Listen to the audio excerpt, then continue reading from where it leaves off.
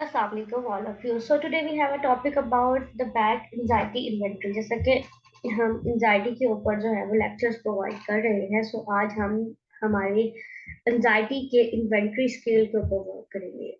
ये scale के about कुछ जो है वो details है कि scale में हम किस तरह से स्कोर को फिल कराते हैं किसी भी पेशेंट या क्लाइंट से, किस तरह हम स्केल को फिल करवाते हैं, फिर इसकी स्कोरिंग कैसे करते हैं, फिर इसकी वैलिडिटी क्या है, इसकी रिलायबिलिटी क्या है. ठीक है.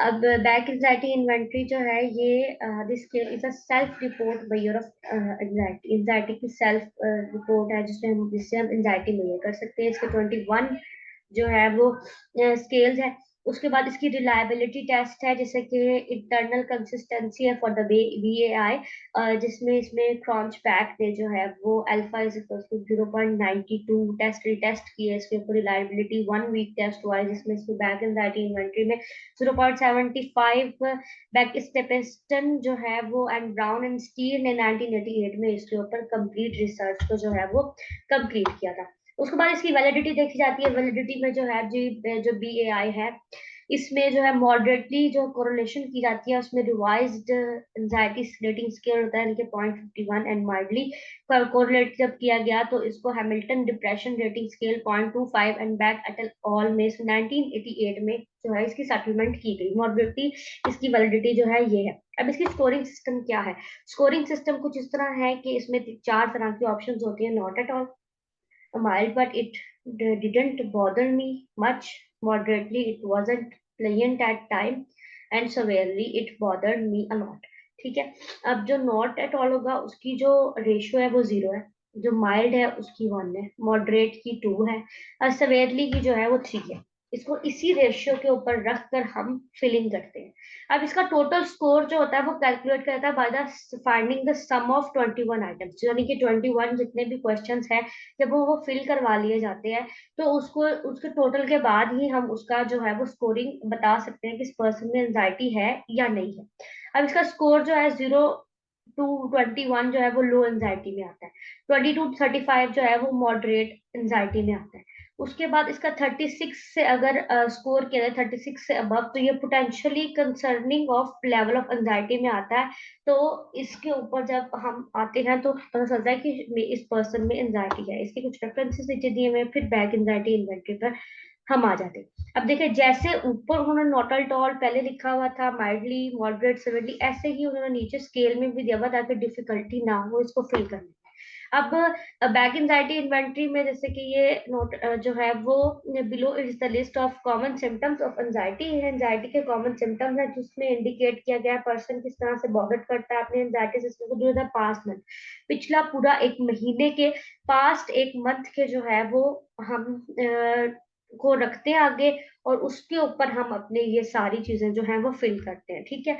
उसके बाद जो है वो इसमें है जी नमनेस और टिंगलिंग. पहला हमारा जो क्वेश्चन नमनेस और टिंगलिंग जो है वो अब आपने फिल करना है कि नॉट एट ऑल आता है या mildly but it didn't bother me much या मॉडरेट आता है या सवेरली आता है. ठीक है ना. ये जो है वो आप अपने क्लाइंट से पेशेंट से फिल करवाते हैं. तो अगर वो जैसे कि हम मैंने एक ऐसा रैंडम फिलिंग की हुई है अपने पास एक कॉपी के ऊपर तो मैंने इसके ऊपर जो है वो नमनेस की फीलिंग कर दी है 3. ठीक है. उसके बाद मैंने जो है फीलिंग हॉट की कर दी है 2 और उसके बाद अनेबल टू रिलैक्स की कर दी है 2. फिर उसके बाद मैंने फोर्थ क्वेश्चन जो है हमारा फेयर अनेबल टू रिलैक्स की कर दी है 0 के मतलब मैंने ये एक ऐसे ही सिंपल वे में एक रैंडम वे में रख दी है स्कोरिंग. ठीक है. उसके बाद डेजीनेस और लाइटनिंग में जो है वो क्वेश्चन नंबर 5 की मैंने 2 रख दिया है. उसके आगे जो है वो हार्ट पाउंडिंग की 3 और नर्वसनेस की जो है वो मैंने अनस्टडी की 2 रख दी है क्वेश्चन नंबर 8 की. इस तरह मैंने सारे क्वेश्चन की एक फिलिंग कर ली है जिसका मेरा टोटल स्कोर जो बना है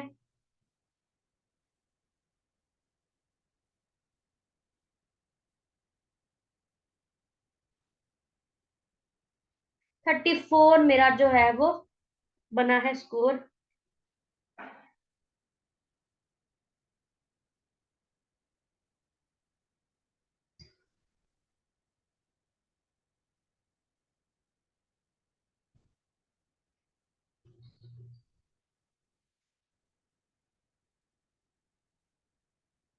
38 बनाया मैंने, दोबारा स्कोरिंग किया, मुझे लग रहा था कि कुछ गलती हुई है। 38 मेरी स्कोरिंग बनी है। तो ये आप फिर अब अपने स्केल के ऊपर जाएंगे कि देखेंगे कि हमने यहाँ पर क्या पढ़ा था कि अगर 36 से अबव आता है, 38 पे आता है, तो आपको एंजाइटी की फीलिंग आपके उस क्लाइंट के अंदर या आपके उस पेशेंट के अंदर पाई जाती है। ठीक है, तो ये इस तरह से होता है, ये एक रैंडम स्कोरिंग करके मैंने इस चीज को चेक किया है। ठीक है, अब ये है एक हमारा जो बैक एंजाइटी इन्वेंटरी हमारा स्केल है उसकी स्कोरिंग, जो कि बहुत इजी है, बहुत जो है इजीली की जा सकती है, क्योंकि इसमें सिर्फ सम करना है, इसमें ज्यादा हमें इक्वेशंस के ऊपर वर्क नहीं करना पड़ता, सम करना पड़ता है, जिसके जरिए हम बहुत इजीली अपने patient, all type of anxiety patient के ऊपर आप बैक एंजाइटी इन्वेंटरी करवा सकते हैं।